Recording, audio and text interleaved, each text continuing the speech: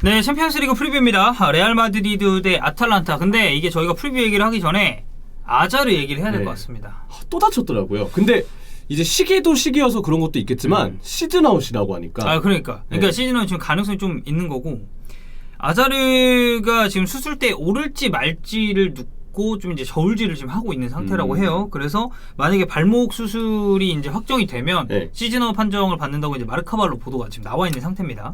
그러면 진짜 아자르는 지금 레알에서의 뭐 이제 2년 정도 되어가는 커리어를 다 부상으로 거의 날린 거라고 봐야 되잖아요. 아, 그렇죠. 사실상 뛴 경기를 세는 게 더 빠르죠. 솔직히 활약이 짧았다는 표현도 좀 안 어울리는 것 같아요. 이거는 그냥 없는 선수입니다. 그냥 전무하다라는 표현이 좀 어울리지 않을까. 그래서 지금 마르카가 보면은 이 그림을 이제 기사에 인용을 하면서 이런 거 비슷한 그림 우리 예전에도 한번 쓰지 않았나요? 그렇죠. 덴벨레 얘기할 때. 저는 그리고 예전에 그 가레스 베일 레알에서 부상 한창 시달릴 때 그때도 만병이 약간 다 따라온다고 그때 베일도 약간 비슷하게 보도를 했던 게 좀 기억이 나요. 또 있어요? 디아비도 이거 있습니다. 아, 디아비도 이쪽에서는 뭐 전설이죠. 네. 그래서 지금 보면은 일단 제일 문제가 많은 것은 우측 발목이에요.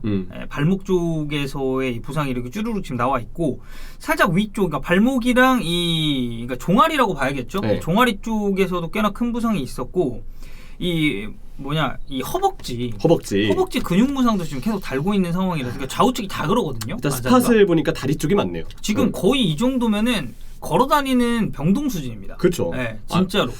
이게 아무리 물론 이제 부상당하는 것도 몇 번 부상을 당하면 팬들도 솔직히 안타깝죠. 선수가 부상을 당한다는데 그 선수 입장도 어떻게 달갑겠습니까? 아, 당연하죠. 그 요원2가 이제 맨디가 부상이 많았잖아요. 맨시티 팬인데 맨디가 부상이 많았잖아요. 굉장히 맨디. 욕을 엄청 하다가 그 맨체스터 시티 다큐가 있어요. 근데 그 다큐에서 맨디가 부상 때문에 막 울고 막 그런 걸 보면서 그래, 뭐 본인이 얼마나 힘들겠냐라는 그런 생각을 좀 했다고 합니다. 근데 저는 그걸 고려해도 아자르는 너무 같다라는 생각이 좀 들어요. 그렇죠. 그리고 그나마 어느 정도 활약을 보여준 선수라면 부상이 안타깝다라는 생각이 조금 더 앞설 텐데 활약을 보여준 게 없으니까. 그리고 이 선수가 진짜로 그 레알 마드리드 이전에 이제 첼시에서 PL 프리미어리그 전체 무쌍 찍던 선수가 맞나라는 생각이 들어요. 그러니까 막 농담으로 그런 말 하잖아요. 에당 아자르는 죽었다.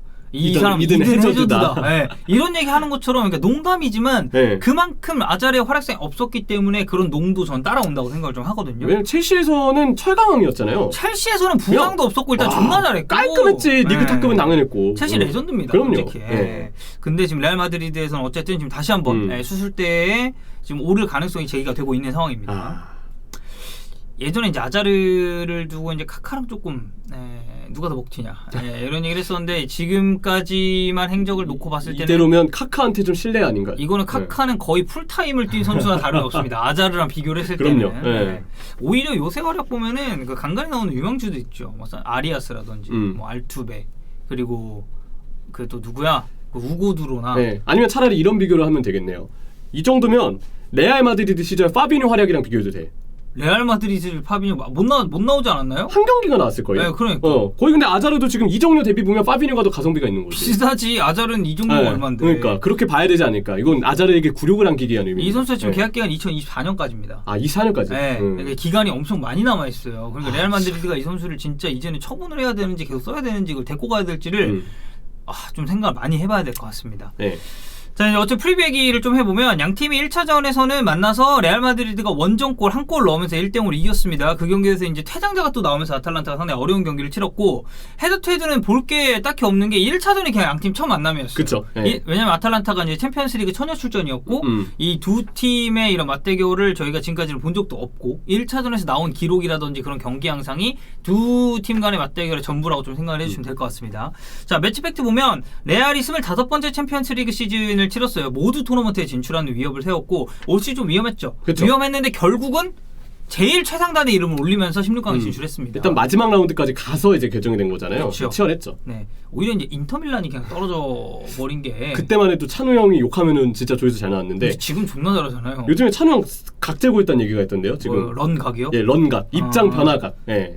또 이제 저희가 이게 또 진행하는 방송이다 보니까 그런 캐릭터들을 어떻게 변화시킬지 좀 고민을 해야 됩니다. 저는 기대하고 있습니다. 찬우 형이 이제 콘버지 사랑해라고 한마디 하는 거를 꼭 근데 이미 기대하고 뭐 있습니다. 형이라고도 하고 그랬기 때문에 형은 했죠. 네. 형님 하면서 지켜봐야겠죠. 벤제마가 최근 리그 7경기에서 7골입니다. 그리고 최근 4경기에서 5골을 넣고 있어요. 페이스가 굉장히 좋고 아탈란타는 최근 5번의 유럽 대항전엔 원정에서 모두 승리를 했습니다. 그리고 14골을 넣는 동안에 3실점밖에 기록한 적이 없어요. 이건 진짜 아탈란타다운 스탯이네요. 아탈란타기 때문에 이런 스탯이 나온 거라고 생각을 합니다. 득점이 참 많습니다. 자, 부상자는 레알 마드리드 쪽이 좀 많아요. 오드리오솔라, 카르발, 아자르, 앞에서 입이 닳도록 언급을 했으니까 빼고 마리아노 디아스 그리고 카세미로가 징계로 이 경기는 나올 수가 없습니다. 카세미로 이탈은 좀 아쉽네요. 아쉽죠. 많이 아쉽죠. 근데 전반적으로 1차전 때 레알 부상자가 워낙 많다 보니까 그래도 지금 보면 일단 그때 부상자들 중에 벤제마나 라모스는 돌아왔고 무엇보다 지금 빠져있는 선수들이 엄연히 따지면 다 주전이라고 하기에는 마리아노나 오드리오솔라 입지는 좀 아쉽잖아요. 카르바할 정도만 주전이라고 생각을 해야죠. 아자르도 사실상 주전으로 보기 힘들고. 힘들고 여기 이제 카세미로랑 카르바할 둘만 좀 주전 이탈로 봐야 되지 않을까. 그렇죠. 아탈란타는 하테보가 발 골절로 인해서 한 3월 말에서 4월 초쯤에 지금 복귀 시점 잡고 있다는 얘기가 있고 프로일러가 이제 퇴장 징계로 이 경기 나올 수가 없습니다.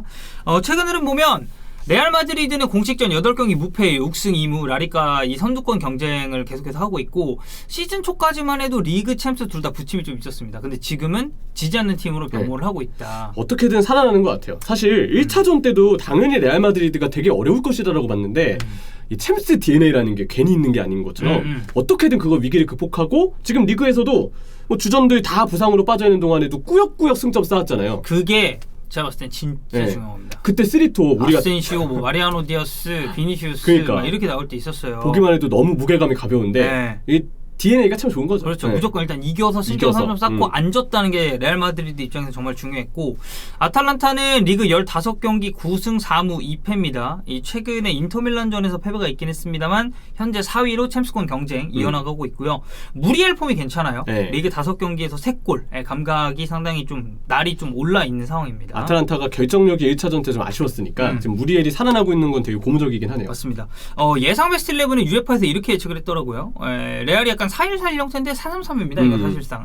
비니시우스, 벤제마, 이스코 그리고 발베르데, 모드리치, 크로스인데 이스코가 이렇게 되면 중앙 지역으로 들어오는 형태가 많아지겠죠? 그럼 프리롤이 되겠네요. 저는 때에 따라서는 다이아 사사이도 될 수 있을 거라고 봐요. 발베르데, 모드리치 그리고 그 앞선에 이스코 그리고 비니시우스가 조금 더 전짓는 형태로 벤제마랑 합을 맞추는.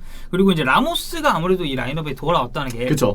엘체전에서 이제 라모스가 61분을 소화를 했거든요. 그러니까 이 빼준 게 저는 어찌 됐건 챔피언스리그에 대한 생각도 지단 감독이 해야 되기 때문에 좀 제외를 해준 게 아닌가 싶습니다. 지금 해외 쪽에서 주목을 많이 하고 있는 거는 제가 이제 소시에다드랑 경기 중계했을 때 그때 지단이 3백을 들고 나왔단 말이에요. 근데 엘체전에도 3백을 썼습니다. 그래서 과연 지단이 아탈란타를 상대로도 3백을 쓸 거냐 4백을 쓸 거냐에 대해서 고민을 하고 있다라는 내용이 보도가 됐습니다. 카세미로가 없기 때문에 3백을 가능성도 배제는 못할 것 같아요. 저도 개인적으로 조금 동의를 하긴 해요. 그리고 이제 라모스가 복귀를 하긴 했는데 매치핏이 100%냐라고 생각을 해보면 조금 애매할 수 있거든요. 그래서 오히려 중앙 수비를 조금 더 두텁게 하는 수비 숫자를 많이 두는. 왜냐면 어쨌든 아탈란타 공격력은 좀 유럽 전역에 걸쳐서도 손꼽히는 팀이기 때문에 그렇죠. 이 점은 충분히 레알 입장에서도 고려를 좀 해야 될 것 같죠. 그리고 3백에 3백으로 대응하는 그림이 낯설지 않죠. 사실 대부분의 전술가 감독들이 3백에 똑같이 3백으로 맞부여놓는 경우들이 보통은 흔한 편이에요. 많죠. 저는 지금 당장 생각나는 예시가 예전에 최강희 감독 시절 전북이 서울 상대로 리그 후반기에 3백에서 그때 씨발 카이오가 골 넣어가지고 이겼거든. 2014년이겠네. 그쯤이었어. 2014년이었던 것 같아요.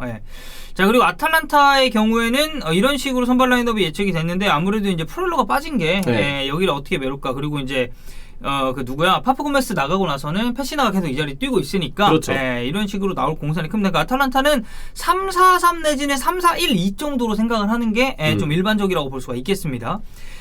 마지막으로 포인트 살짝 보면 가스페리니 감독이 프레스 컨퍼런스에서 이런 얘기를 했습니다. 우리 방식대로 경기 준비했다. 이 말 자체가 무서워요. 결국 공격적으로 할 거라는 얘기거든요. 아탈란타는 그 방식이 확실하기 때문에 그냥 공격적으로 밀어붙이겠다는 거기 때문에. 그러니까 1차전 복귀할 때도 가스페리니 감독이 그랬었어요. 버스 세우는 거 우리 스타일 아니다. 이게 퇴장자가 있었기 때문에 어쩔 수 없이 내려간 거지 원래 스타일대로 했으면 아탈란타는 엄청나게 공격적으로 했을 겁니다. 그래서 아마 2차전도 비슷한 흐름으로 아탈란타는 좀 전개가 되지 않을까 싶고요. 최근 리그 5경기에서 14골을 넣었습니다. 엄청나죠. 네, 경기당 3골. 네, 공식전 5경기입니다. 공식전 그렇죠. 5경기에서 14골을 넣었고 이게 과연 이제 레알 상대로는 좀 어떻게 먹힐지를 좀 생각을 해봐야 될 것 같아요. 앞서 언급드린 바와 같이 레알 마드리드는 카세미로가 빠져 있고 그리고 아탈란타는 프롤로가 빠져 있기 때문에 어떻게 보면 둘 다 이제 중원 자원이라고 분류할 수 있는 선수들이잖아요. 그렇죠. 그 점이 양팀 중원 싸움에도 좀 어떤 영향을 미칠지를 좀 생각을 해봐야 될 것 같습니다. 일단 1차전이 한 골차, 그것도 1대0으로만 끝났기 때문에 레알이 어려운 경기에서 승리를 잡아냈지만 다 끝난 게 아닙니다. 아탈란타의 화력을 생각하면 2차전 볼거리가 아직도 많이 남아있는 것 같거든요. 새벽 시간 당연히 이 경기도 이스타TV와 함께 하시면 되겠습니다. 본인이 하나요? 네, 저는 빠져 있습니다. 형도 빠져 있고. 저는 빠져 있죠. 저희는 동시간대 아마 다른 경기를 하거나 그 전날 하거나 하잖아요. 맨시티 경기가 동시간대 하는 경기인가요? 그럴 거예요. 네, 레알 아탈란타가 이제 돌아오는 거니까 또 이제 맨시티 MK 이게 참 올 시즌에 맨시티 MK 1차전 제가 했고 2차전 이제 본인이 하고 유베 포르투 1차전 제가 하고 제가 2차전 본인이 하고 좀 사이좋게 나눠 가지고 있습니다. 네, 어쨌든 여러분 이스타TV 형들이 중계할 거니까 영상 많이 봐주세요.